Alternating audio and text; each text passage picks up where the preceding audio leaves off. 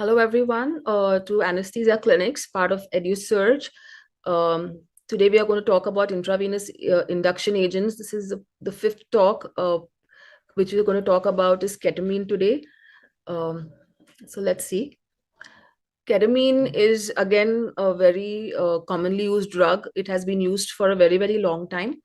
Now it's got into a lot of the disrepute, is not a commonly used agent as a first choice for induction, but it has got many, many other positive uses and is used as a part of your balanced anesthesia technique. It is a structural analog of phencyclidine derivative, okay, very commonly used in veterinary anesthesia, and unfortunately can be used as a drug of abuse. Um, because of that, now it has been made a licensed drug. It is similar, it is sold similar to your any other opioid drug to avoid its abuse. Okay, so the licensing has become very strict and it needs triplicate prescription, etc.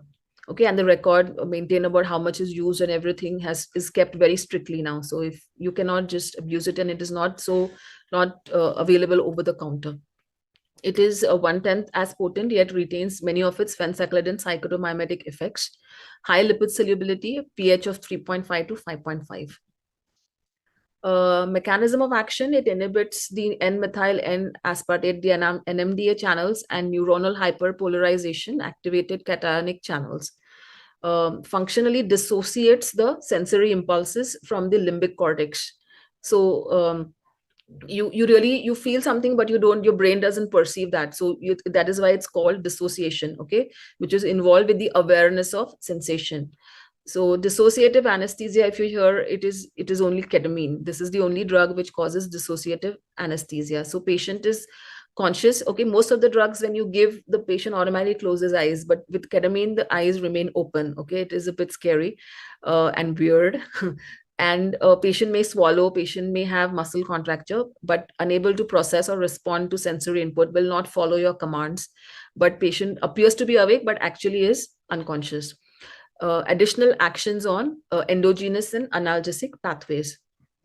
It is an extremely strong and potent analgesic. Okay, that is one of the most positive uses of ketamine. Pharmacokinetics, absorption, it is given through various routes. It can be given orally, nasally, rectally, subcutaneously, epidurally. But epidurally, it is not FDA approved. Okay, so it is better to avoid. In clinical practice, it's given intravenously or intramuscularly. Peak plasma levels usually achieved within 10 to 15 minutes after intramuscular injection. So induction of general anesthesia, if you're giving, then you use most commonly 1 to 2 milligram per kilogram IV. Intramuscularly, if you're giving 4 to 6 milligram per kilogram. For maintenance, 0.5 to 1 mg per kg IV with balanced anesthesia, nitrous or and sevoflurane. 15 to 45 microgram per kilogram per minute IV with nitrous 50 to 70% with oxygen. Okay, and higher dose if you're using without nitrous. Sedation and analgesia, 0.2 to 0.8 mg per kg IV over 2 to 3 minutes. Okay, so pretty much it is half of your induction dose, and 2 to 4 milligram per kilogram of intramuscular. Preemptive or preventive analgesia, 0.15 to 0.25 milligram per kilogram IV.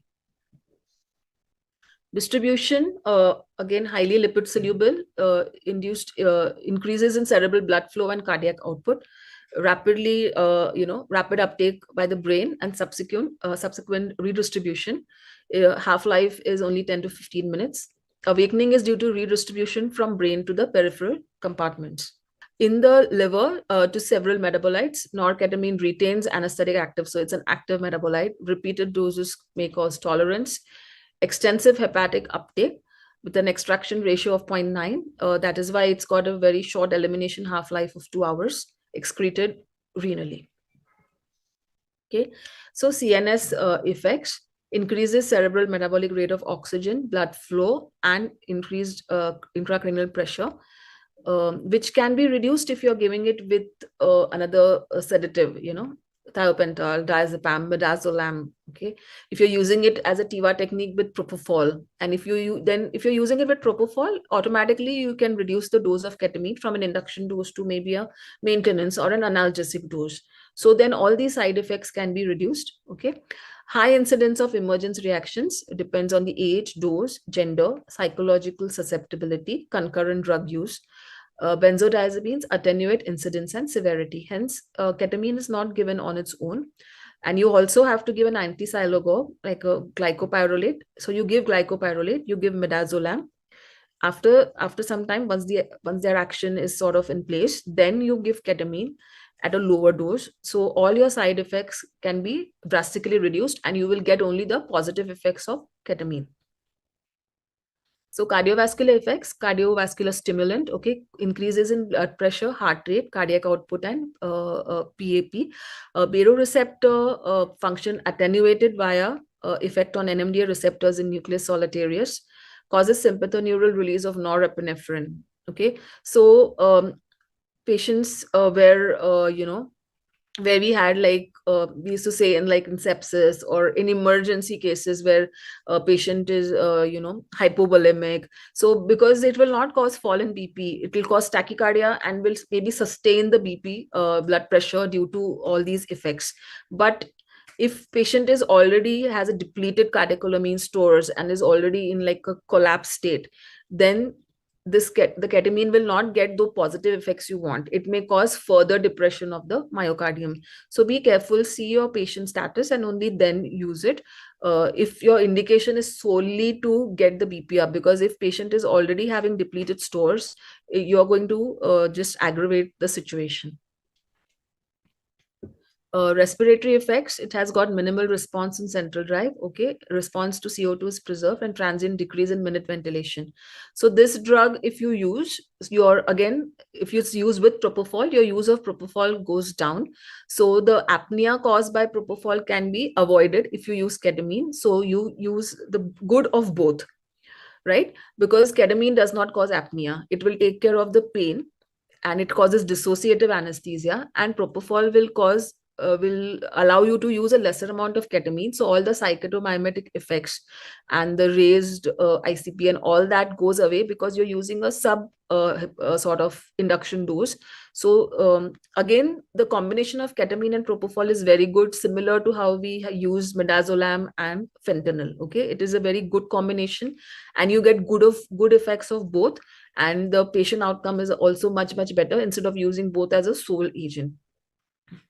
Bronchial smooth muscle relaxant, again very good for patients who have known lung disease, good in bronchial asthma, good in small children, who are so prone for spasm because of the high vagal tone. Okay, increases oral secretions, can produce upper airway obstruction followed by laryngospasm if you have a lot of secretions with due to use of ketamine. Hence I said it is important to use an anti-sialogogue like a IV glycopyrrolate before you give ketamine. Uses and indication: induction of anesthesia in hypovolemic patients, bronchospastic and reactive airway disease, intramuscular induction in children with difficult IV access. So when we give IM also, we combine it with midazolam and glyco and then give intramuscular injection. Okay. Maintenance of general anesthesia, analgesia and sedation during burns dressing, debridement procedures, supplementation of regional anesthesia. Also, ketamine can be given as a nebulization, okay, before general anesthesia. It is also said to suppress the airway reflexes and will reduce your incidence of broncho and laryngospasm. Side effects: sympathetic system activation, increased heart rate, blood pressure, cardiac output, myocardial oxygen demand, stimulates oral secretions, so use of glycopyrrolate is good. Increased intracranial pressure and intraocular pressure, again at higher doses. If you use it on analgesic doses, it is not a problem. In fact, in the smaller doses, it is nowadays they say it is neuroprotective. Okay, in smaller doses, of course. Can cause nystagmus, diplopia, blepharospasm. Okay, especially when the ketamine effect is wearing off, you will see the nystagmus. So it is very classical. It of course goes away as the effect of the drug goes away. Increased muscle tone, potentiation of neuromuscular blockers, and allergies to ketamine is like very rare. avoid in a known case of raised ICP, raised intraocular pressure, penetrating eye injuries. Okay. Psychiatric disorders, because many times the emergence is, if you use ketamine as a sole induction IV induction agent, patients get up sometimes very violent, or they start talking irrelevant, they become they go a little out of control. So that is why, as I said, nobody uses ketamine as a sole induction agent anymore. So of course, patients who have pre-existing issues with like psychiatric issues or any other issues, which can cause aggravation of these signs, it is better to avoid ketamine. Okay. And avoid is at a sole anesthetic agent in any patient with known hypertension, ischemic heart disease, and cerebral vascular disease. Okay. Thank you very much.